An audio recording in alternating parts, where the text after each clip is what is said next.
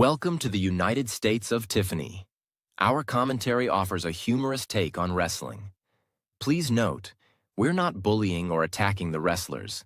We're engaging with the choreographed sport and its storylines. Our jokes and observations are about the characters and storylines, not the real people behind them. Tourists and citizens alike, welcome. Enjoy the show, and remember, it's all in good fun.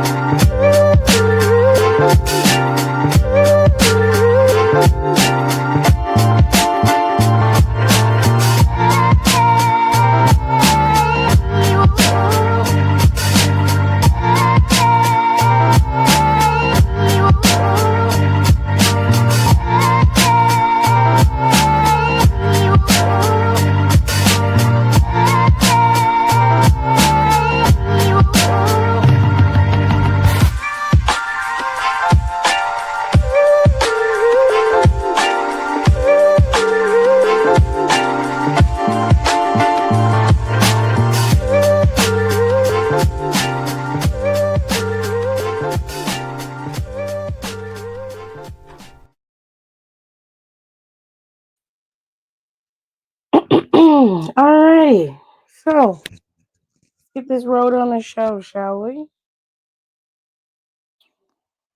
Shout out to everybody who came in. I know I'm late, but we're gonna make this show a very short and sweet today. We're not gonna be here long.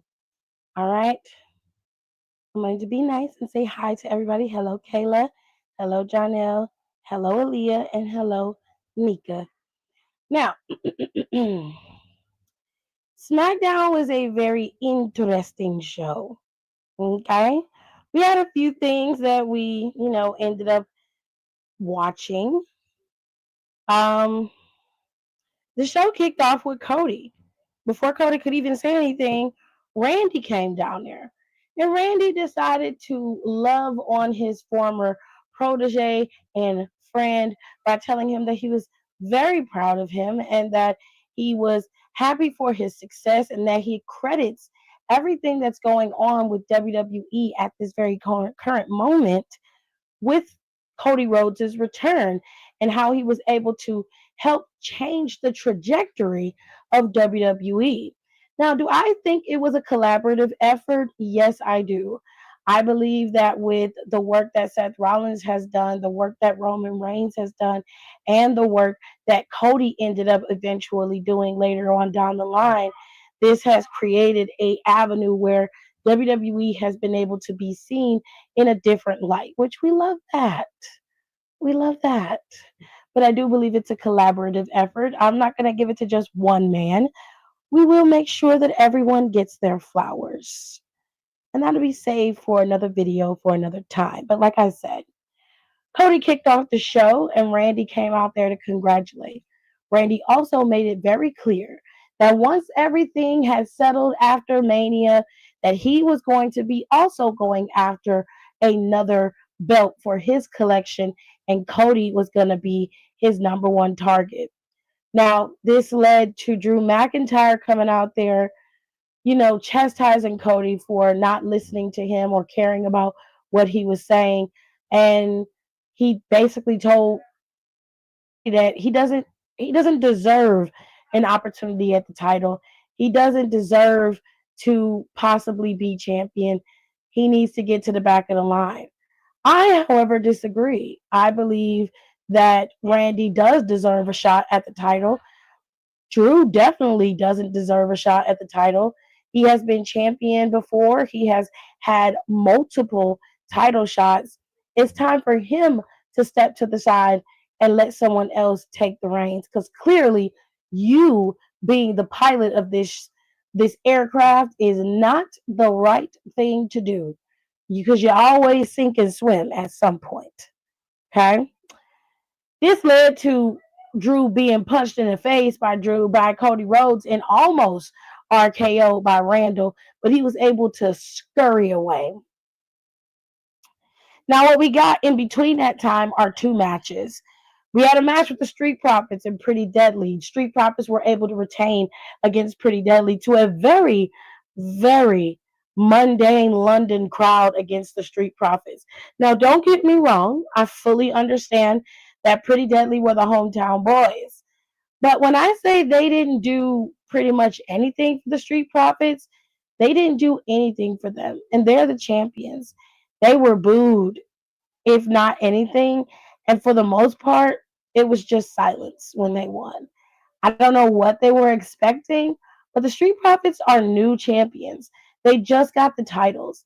And to me, it wouldn't make any sense to drop the shot titles to Street Profits at Barcelona when they could have just simply let the Street Profits lose if they were going to give the titles to Pretty Deadly and have Pretty Deadly dethrone DIY. If that was going to be the case. But that's not what happened. Street Profits were always meant for those titles. They were going to get those titles. And I just don't think London liked that too much, especially with their hometown boys being there and competing for the titles. They were definitely upset, definitely not, happy about their loss. Moving on, LA Knight faced off against Braun Strowman, a fairly decent match between the two of them. But this match ended in a no contest, I believe, or it could have been a disqualification because Jacob didn't attack anybody but Braun Strowman. He specifically went after Braun Strowman. So because of that, I believe the match ended in a disqualification. Okay? I hope you guys can hear me. Y'all can hear me. Okay, great. Anyways, the match ended in a disqualification with Braun Strowman being the one to pick up the win, seeing as how he was the one that was attacked. Now, Jacob put a brutal attack on Braun Strowman, hitting him with moonsault after moonsault. He took him out over there by that table multiple times. It was a lot. When he got in the back, Solo was chastising him. Why are you out there on your own? We're supposed to be doing this together. Jacob was like, so now we doing shit together because y'all didn't clue me in last week when y'all was doing what y'all was doing. And Tyler was like, but Jacob, we need to do this. And Jacob was like, nah, Tama. He was like, you. And then Solo was like, hold on. You need to lower your tone when you're talking to us. And I was like, nah, he have a right to be mad. I could understand it low key if he asked y'all to be out there and y'all interfered and cost him the match. But y'all straight up cost him a match against Braun Strowman. Whether he was winning or losing, it didn't matter. He could have had an opportunity to turn it around. And y'all came out there and cost him the match in its entirety, which was a title shot. If this was a regular ass rinky dink match, I don't think Jacob would have cared. But there's never been a true definitive win between the two of these men. And it's always because either Jacob jumps the gun and attacks Braun Strowman before the match, making him unable to compete, or the bloodline or the new pieces of the old blood of the new bloodline attack him during a match, which causes a disqualification. It makes no sense, babe. You know what I mean? Like, this could all be avoided if y'all would just let these two men fight it out. And then they would move on. You know what I'm saying?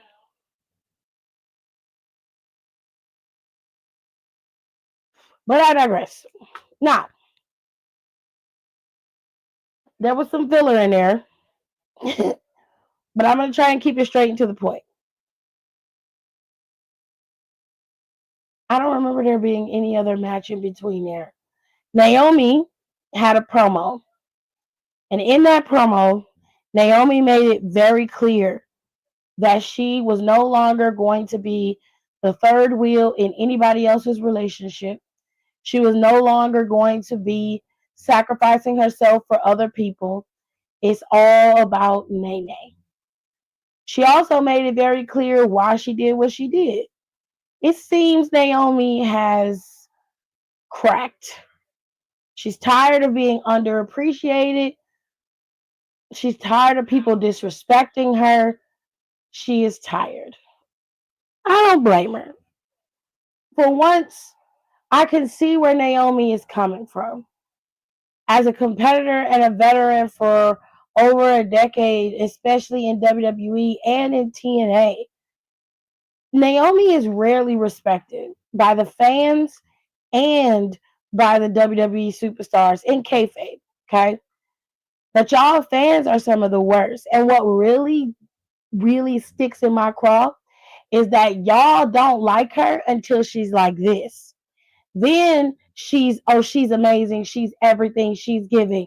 But before she couldn't cut a promo. She wasn't good in the ring. She's not fun to watch. Y'all tired of her. She's corny. This, and this. But as soon as she flips into this version of herself where she's unapologetic, she's moving through, she's not being nice about it, she's tearing people up no matter who it is. Anybody who says something out the way about her, she's attacking them. Now all of a sudden she's your favorite.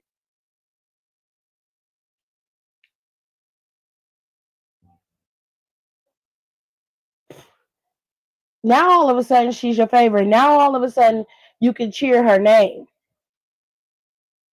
Some of y'all I don't understand nor get.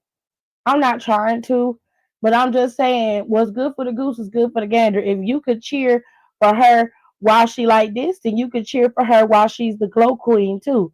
Because one hand turns the other. She can't be the glow queen without this version of Naomi, and she can't be this version of Naomi without the glow queen. Simple as that. Now, Naomi made it very clear that she was not going to be a third wheel anymore. She made it very clear that if Jay kept pressing and getting in her way, that she was going to take her out. She advised her to proceed with caution. That seems to be her new moniker. Her gear reflects that. It's very cute gear, I'm not going to lie. Now, Jay was in the back with Nicholas, and Jay's like, look, Naomi been ducking and dodging me for weeks. I want that bitch. Hand her over to me. Where is she? Nick like, look, I don't know where she at. I don't know where the bitch at. Okay? But if we find something, we'll let you know. Now, Jay walked away. B-Fab and Michin were walking towards her. And it was like, hey, Jay, listen, we just want to let you know that Naomi on some foul bullshit. You know what I'm saying? What she talking about is lame. That's corny. That's crazy. Okay? And we just want to let you know that we got your back, girl. We ain't out here tripping, and we ain't out here being fake and phony either. You know what I'm saying? We understand, and we know you gonna get your lick back. We know you got this. And she was like, yeah, I got you. She was like, good luck on your match. And she was like, make sure you handle your business. And the girls went their separate ways. Now here's where B Fab and Me Chin was out of line. See, I can understand if Naomi was talking about everybody in the locker room, but Naomi was being very specific when she spoke. Now, you may not agree with what she did. True enough. You don't have to agree. But when somebody got something going on and they ain't got nothing to do with you, it is best to keep your mouth closed. Because when you don't, you end up getting somebody's foot in it, which is exactly what happened. You took your bony ass out there. Y'all was out there talking shit in the back, and Naomi came out there and stomped a mud hole in both of you bitches. Not only that, but it took Jay 20 minutes to get her ass down there. Now, let me tell you something. If I'm looking for a bitch, okay, I'm looking for you. It's not going to take me that long to come out there and get your ass. Okay? I'm going to get something. One of them caution ropes would have been in my hand, a strap, or something. Now, Jay, your ass was back there in the Kill Bill uniform. Beatrice got all her motherfucking ops. They dead. She killed every last one of their asses. So I don't know what your inspiration is, but it ain't Beatrice, because Beatrice was murdering motherfuckers left and right. She killed almost 88 soldiers to get to Orin. That's her name, Orinishi. Okay, she killed all them foot soldiers, killed her right hand man, killed Gogo Dane, killed her. Okay, killed them all. and then chopped off Ori Ishii's head. Went down to Texas, killed his brother Michael. Well, actually, old girl killed his brother Michael with that rattlesnake. Yeah. But she did take out old girl's eye, so she just wandering around in the desert. No, she got fucked up because she's stuck in that damn trailer, can't get out with that fucking rattlesnake still in that damn trailer. That mamba, I don't think she died by that mamba. That mamba was bad than a motherfucker. He might have been, but I don't think she died by the mamba, baby. I'm just saying. She said Bill Kiddo didn't stand a chance. Listen, I'm just saying. Beatrix got her ops. You need to be focused on yours. I understand you're a good person. You help B-Fab get to the back. But that's what the motherfucking referees are for. I would have been like, hey, yo, get her to the back. Now, there was a little piece just a little piece that y'all needed to pay attention to, okay? Charlotte had a match with Michin today, okay? And Charlotte came out there right when the girls was getting carted off to the back. And then her and, Jade had a little moment.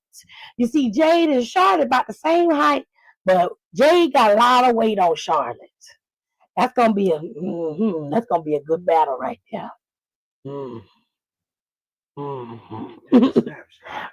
It's gonna be a battle.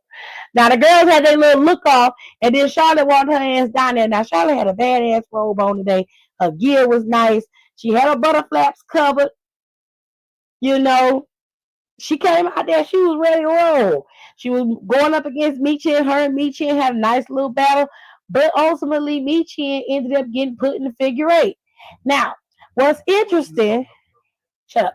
What's interesting is that Tiffany was in the back. And Tiffany cut a very good promo in the back today. I guess that's because she wasn't in front of the TV per se.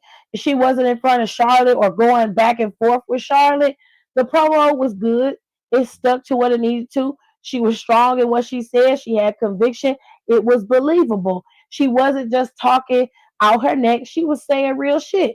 What she said was, Charlotte is the one who has a lot to lose, not me. She said, I could go out there and lose this match and still be successful once this is over with. I can lose this title, lose that match, and I will have lost to one of the greatest of all time, which is true. All she had to do was hold her own in that match. Because her theory is, I can get another championship. But she's like, Charlotte's going to have to contend with the fact that she lost to a 25-year-old rookie who has blonde hair, backflipping. She's going to have to contend with the fact that I am going to be the one holding the title, and the moniker is going to be screaming, and still WWE Women's Champion, Tiffany Stratton. And she's going to have to deal with the fact that she lost to a little girl, as she put it. And I was like, that's real facts right there. That's true tea. Why you ain't say that last week? You could have killed all that shit Charlotte was talking about last week. You know what I'm saying? Girl, you got to be quick. You got to be quick on your feet. Okay? You got to be quicker. You got to be faster. When she get out there to get to talking about how young you are, you got to come back and be like, yes, you are 100% right. Flip your motherfucking hair and be like, girl, I am very young. And you know what's strange is that when you were my age, you were nowhere near where I am. I'm light years ahead of you. And I'm already facing off against you. And that must stick in your craw. That this little 25-year-old who was looking up to you, saying you were my inspiration, is now about to take away a piece of your legacy. And you're mad. You're mad about it. And that's okay. Because I'm still going to do that. I'm still going to do what I always do. I'm going to go out there and I'm going to outshine you. I'm going to outwork you. Because I can. Not only do I have youth on my side, I got talent on my side. I have skill on my side.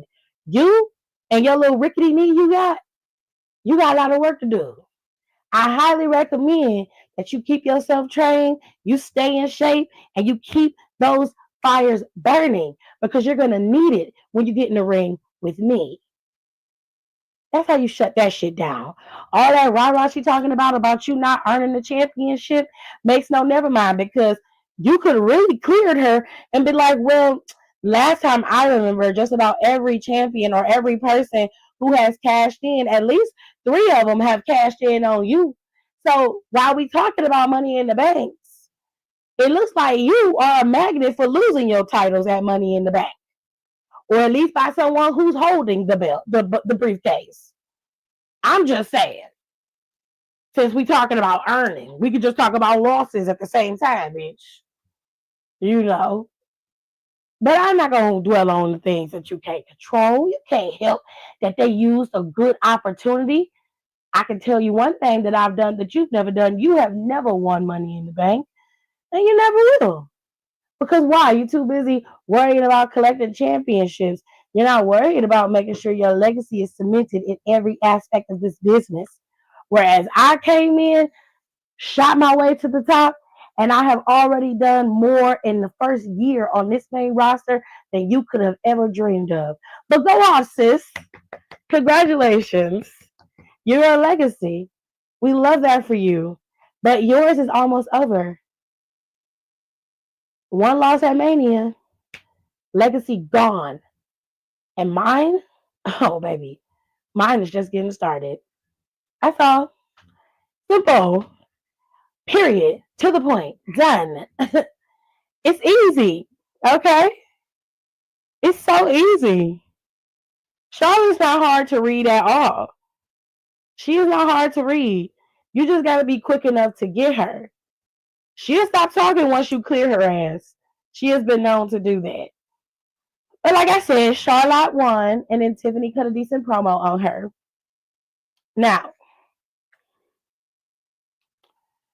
Randall and Drew McIntyre had a match. Drew McIntyre won because Kevin came down there. Kevin tried to power drive Randall on the announcer's table, but Randy was able to thwart it. He almost punted Kevin, but Kevin was able to get his ass up and scurry away. Now, as Drew McIntyre was leaving the arena, high on the fact that he has beaten Randy Orton, he was ready to go get him a drink with one of the biggest UK singers in the world. He got ready to leave, still talking cash shit, and Damian Priest was waiting for him outside the door. Beat his ass like he stole something. Drew almost got the drop on him again, got on top of the car, and then Damian chokeslammed his bitch ass on the damn window. Rightfully so. We talking about telling truths. There's a lot of truth in that ass whooping you just got. It ain't over. No. It ain't over, baby. So it looked like hopefully Drew and Damian will be headed to Mania as well to help fill out this card. I don't know how they're going to set up LA Knight for his title, but it seems like, to be fair, Braun Strowman is owed another title shot. If I were them, they should do the last man standing next week for Jacob and Braun Strowman, and then whoever wins will face off against LA Knight at WrestleMania. That's the way it should be done. Do we know how it's going to be done? No, but that's the way it should be done. Moving on. Jimmy Uso ended up running into, I think it was Jackie Redmond backstage. She was asking him about him going viral for that infamous hard slap on Gunther. Gunther gonna beat the brakes off that boy on Monday. Now, Jimmy is on a high, obviously. He's all over the social media. He's everywhere, from his dancing to his brother's theme to that slap from he gave to Gunther. Everything is all over social media, and it's been like that for a week. Okay, so Jimmy must be feeling great right now. However, the Miz decided, he needs to bring him back to earth. The Miz is like, you are not on Gunther's caliber. Like, y'all are not at the same level. Like, you and Jimmy are bottom tier. Okay? Y'all aren't like me. I'm a 2-time Grand Slam champ. I'm a 2-time WWE champion. multi-time tag team champion, multi-time IC champion, multi-time US champion. Run the gambit. I've had it. Y'all ain't scratched the surface. So I think you need to back out of this match and stop trying to fight your brother's battles and just go ahead and put yourself on the back burner like you always do, because you need to just, be the right hand man that you've always meant to be for Roman Reigns. You're his backup dancers. Stop trying to be a premier talent. Stop trying to be a headliner. You're not a headliner. So he made it look like he was getting ready to slap him, and the Miz straight up covered up his face. Now, one thing Carmelo Hayes said is, y'all can't be outside. Y'all is really out here screaming and hollering from outside of the club. You can't even get in. I'm like, Carmelo, this is not your time to speak, son. Because there are more championships between The Miz and Jimmy Uso than you could have ever dreamed of. This is a time for you to be quiet, son. The grown people were talking. Okay? You need to sit your ass down somewhere. Okay? Because you ain't had one championship on the roster, let alone a multi-time. Like, you're not the longest reigning tag team champion of all time. You haven't had the most tag team titles of all time. You ain't even had one tag team championship. Now, don't get me wrong. You highly decorated in NXT, but NXT and Smackdown and Raw, those are different beasts. And you have yet to obtain a championship on either roster outside of NXT, baby. So while you're worried about the club, there's an exclusive club that your ass ain't even been able to look at, let alone get into, my nigga. And that's facts. Might want to be quiet. Be quiet. Now, Jimmy was like, since you talking all this rah-rah, I got Gunther on Monday, but how about me and you face off tonight? And I can beat your ass and give Gunther a little sample, a little taste of what he's going to get on Monday. So the boys went out there and had their fights. First, I'm going to whoop your ass. And then I'm going to whoop your ass. Yeah. They had a match. It was pretty decent. The Miz and him was going back and forth. Ultimately, Jimmy Uso beat The Miz. And then he got on commentary, tried to grab Joe's headset, but Joe said no. Grab that one. He was like, you can't have my headset. Hello, Nicole. He said, you can't have my headset. Use that one.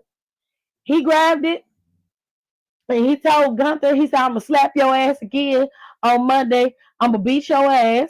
I'm going to give my brother the confidence he needs to know that he can win.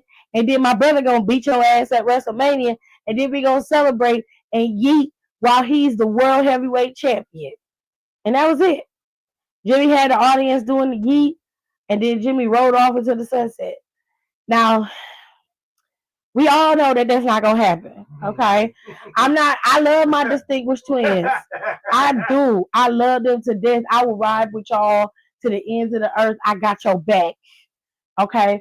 But let me tell y'all something, okay? You slap the dog shit out of Gunther. Gunther is going to get that receipt.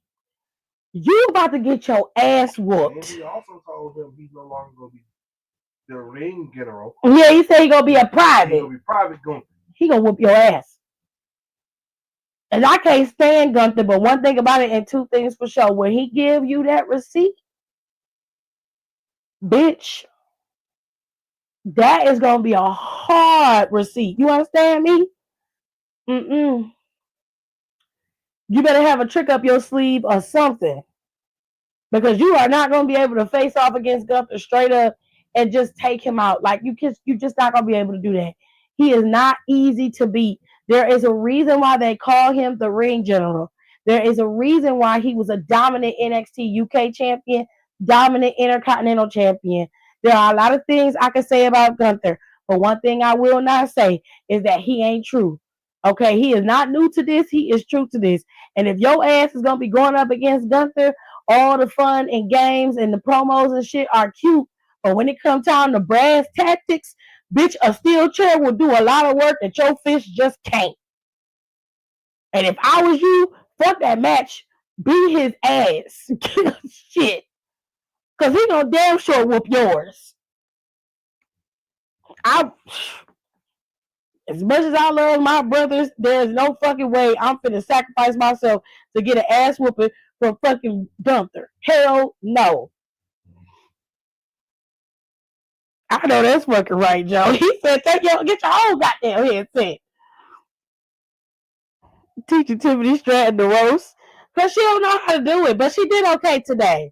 I ain't going to be on her bad on her too bad because she did all right today in that promo. That was a good promo she cut on Charlotte. Maybe she got herself together. She saw it. She was like, ooh, that was not good. I need to get myself together and practice. You have to learn from, your mistakes. Okay? Now, after all of that, we saw everything we saw.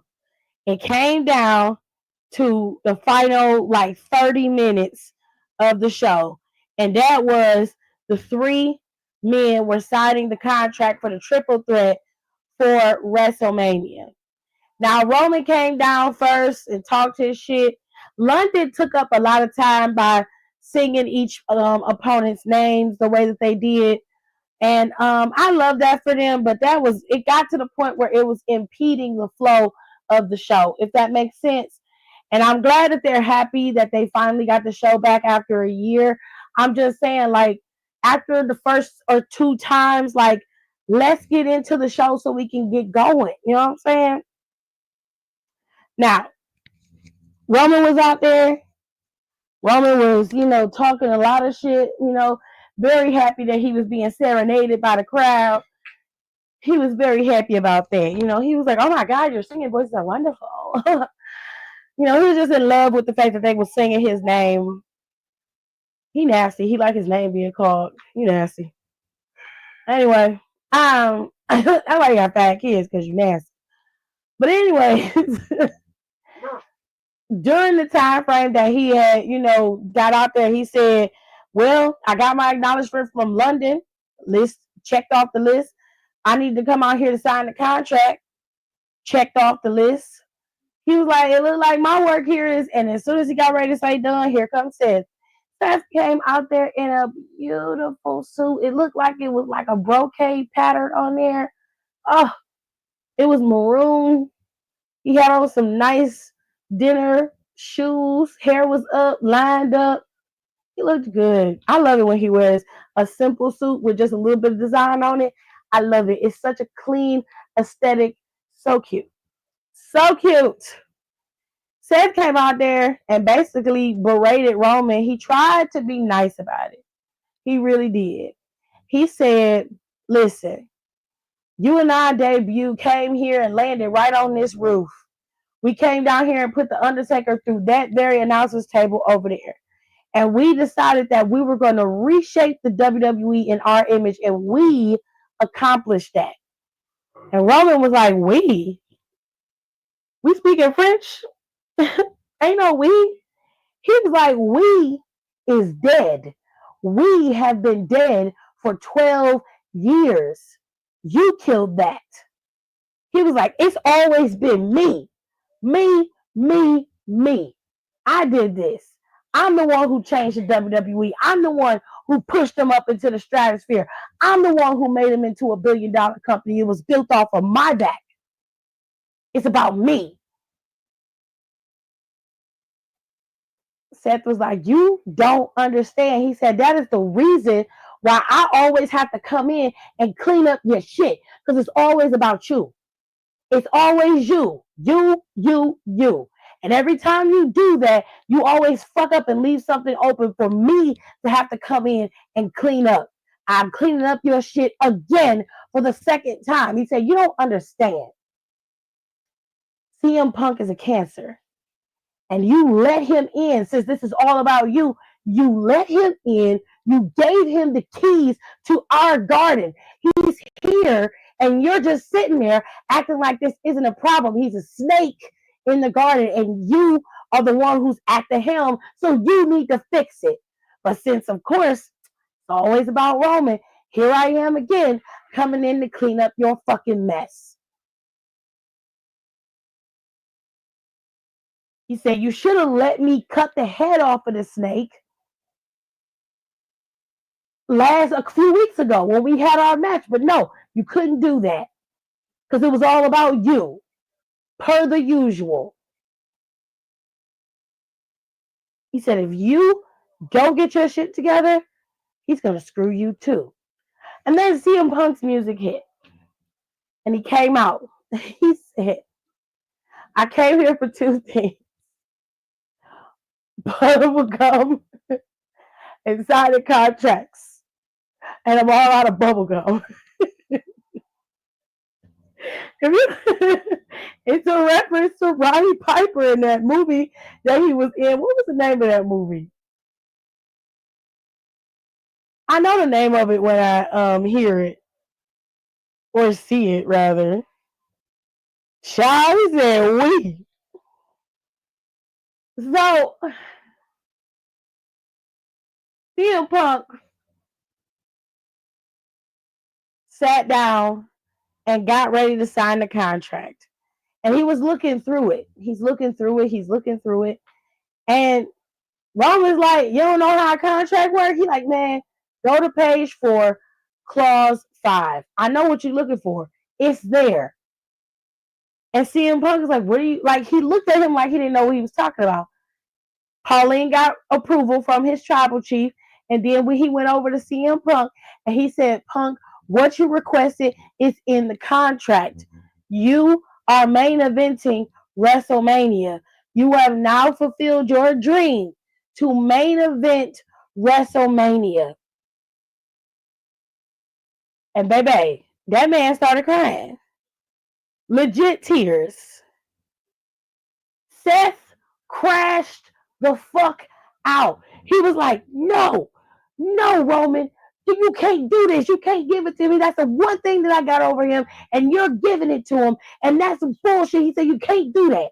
He said, this man doesn't deserve the main event WrestleMania. He hasn't earned it. He doesn't deserve it.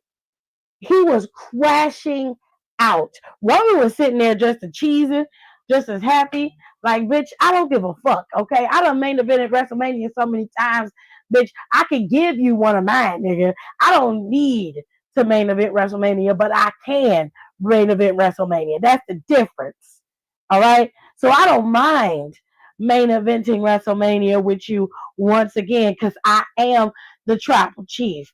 I have the power to give you what you want. So Roman is sitting there and he like, Seth, sit you and your little man bun down and shut the fuck up, okay?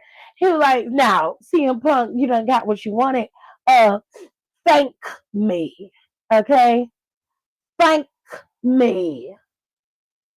So CM Punk got down on one knee and he said, my tribal chief, thank you. Thank you, my OTC, my big dog. Oh, you didn't like that one? Okay. Thank you so much for allowing me to main event Mania with you. Thank you. Thank you. And then he signed the contract. But he said, just so you know, that wasn't the favor that I was asking for. And then he walked away. Now, Pauline's head dropped to the floor like, right, here we go. God damn it. And I was like, ooh. Looked like he got Aladdin tricked. You ever seen the movie Aladdin? Where Aladdin was like messing with Genie, talking about he couldn't get him out the little cave. And then Genie did it on his own to get them out the cave. And he was like, okay, now what about my wishes? And Genie, 3 wishes, you are down to 2, boy. My ears you were down by 1, boy. He said, no. I never wish to get us out of here. He's like, well, don't I feel sheepish? All right, you bad boy, but no more freebies. That was a freebie. But we are all a quiver. What is the favor? I am so vested.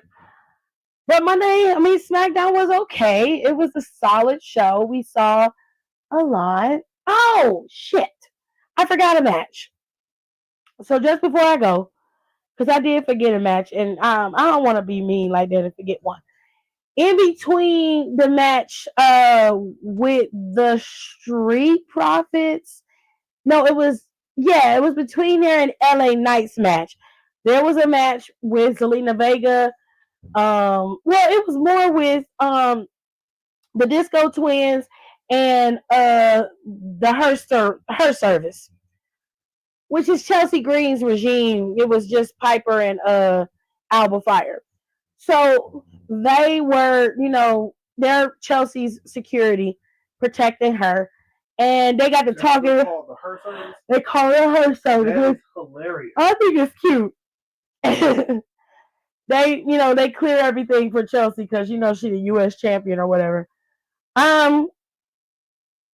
So Chelsea got the girls in a tag match with the Disco Twins. They would have won if Chelsea hadn't got involved. I was very confused as to why Zelina Vega was in the back and not out there with the Disco Twins. The odds were supposed to be evened, and yet Zelina did not come out there with them, which didn't make any sense to me. Everything she did with Chelsea and her service could have all been done during the match or like right after the match had went down with the Disco Twins. But it just seemed very, very odd that she wasn't out there to begin with. Like the ramp is already long enough for them to run down. And I just feel like she already had them on her side. So why not just let them come down let her come down with them. Chelsea was already out there with her service, so she should have been out there with the Disco Twins. She should not have been in the back waiting for shit to pop off and then show up out of nowhere. You're gonna get outnumbered, which is exactly what happened. All three of them ended up getting their asses whooped. It's very sad. Anyways, that was it. That was the gist of the show. That was everything that I can remember. I hope y'all enjoyed it. I do want to tell y'all one thing about TNA that made me laugh. So last night, I'm subscribed to TNA's YouTube channel, and they give you clips from their Thursday night show. And on the show, Eddie Edwards was chastising the system. Eddie Edwards is pissed off that the system keeps losing. He's blaming everybody but himself. Even his wife caught a strike. Okay? He went after Moose and said Moose is losing his touch. He was like, what happened at NXT Roadblock? Your ass lost.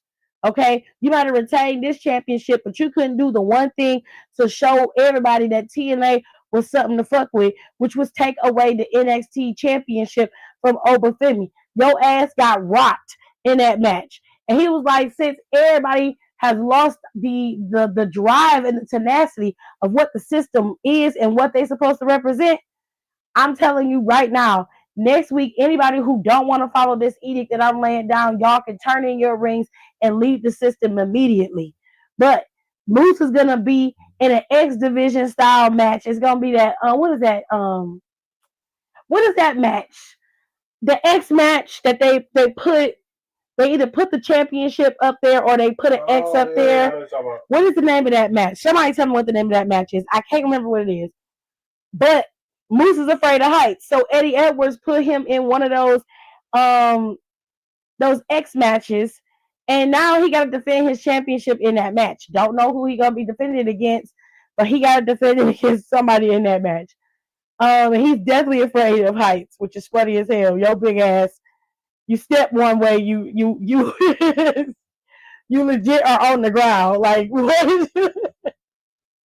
you're not gonna hang that far. All you gotta do is drop down. Oh shit. He's just a big bitch. Just a big bitch. Oh my god, that was fucking funny. What's it called? Feast or Fired or something like that? No, it's literally the name of a match. Hold on, let me see if I can Google it so I can show y'all.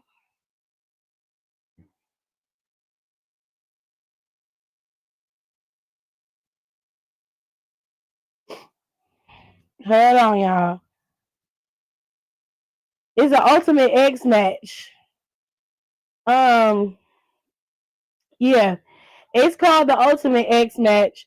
Usually, there is a when you do like one of those matches, they have the belt hanging in the middle of the ring. I will show y'all with this picture that they have. AJ Styles literally built his TNA career off of this match. So hold on a second. I'll show y'all what I mean. So I hope y'all can see. There it is. Mm-hmm. All right. Right. This is the match that he is going to have Moose compete in. It's an Ultimate X match. And he said if nobody agrees, he said everybody got to step their coochie up.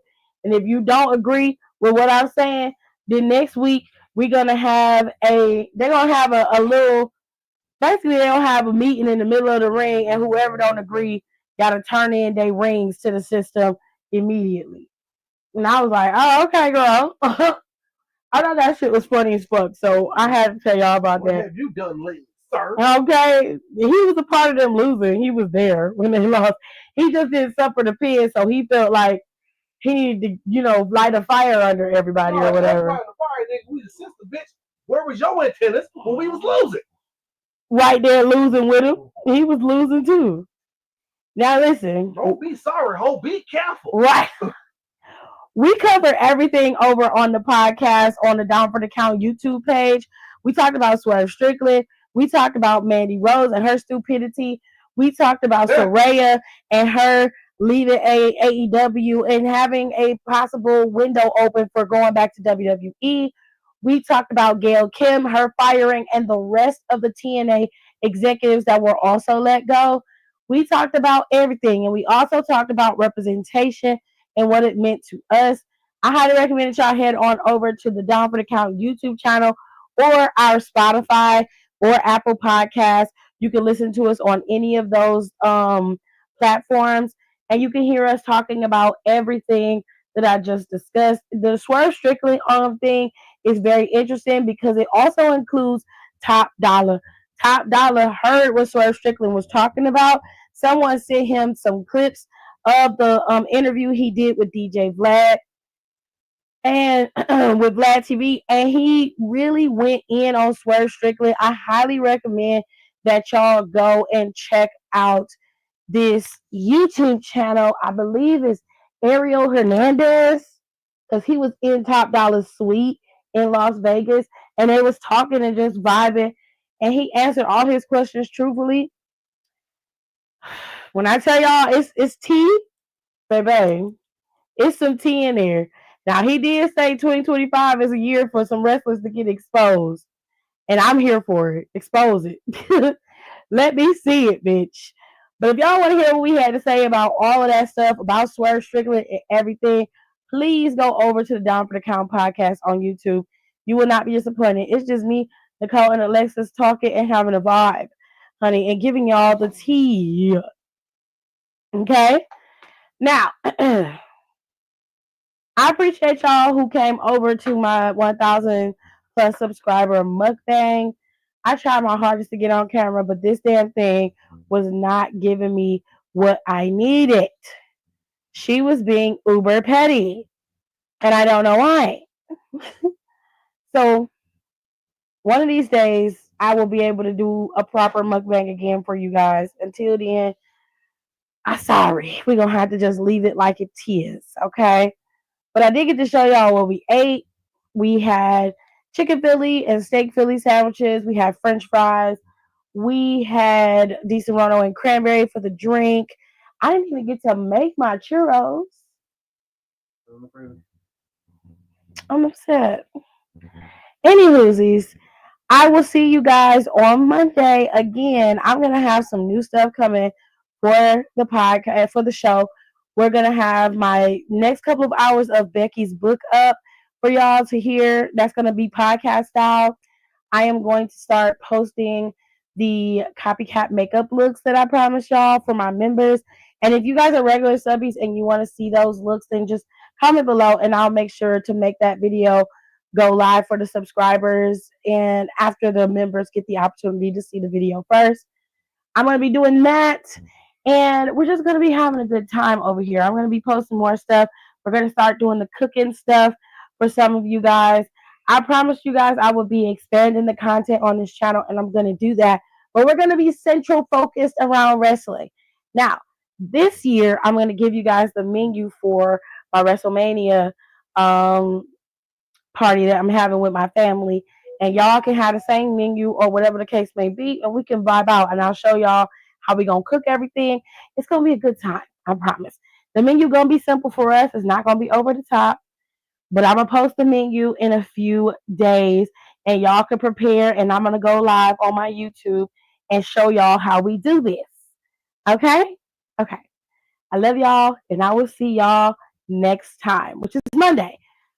Remember, next Monday, the Netflix is going to have Raw at 4 again, I believe. They didn't say they were going to be at regular time. They said they were going to be still on European time, okay? Sure, make sure you guys catch Netflix at around 4, between 3 and 4. Check over there and see what time the show is going to go live. If you need to watch it live at 3. If you don't and you can wait till the replay, it'll still be there at 8 when you get ready to get off work and come home. No worries. All right. Now I'm really going to get out of here. I will see y'all next week on Monday after Raw. Bye. Thanks for tuning in. Don't forget to rate, comment, and subscribe for more wrestling content. Check out our merch and consider becoming a member for exclusive perks, special emojis, and members-only content.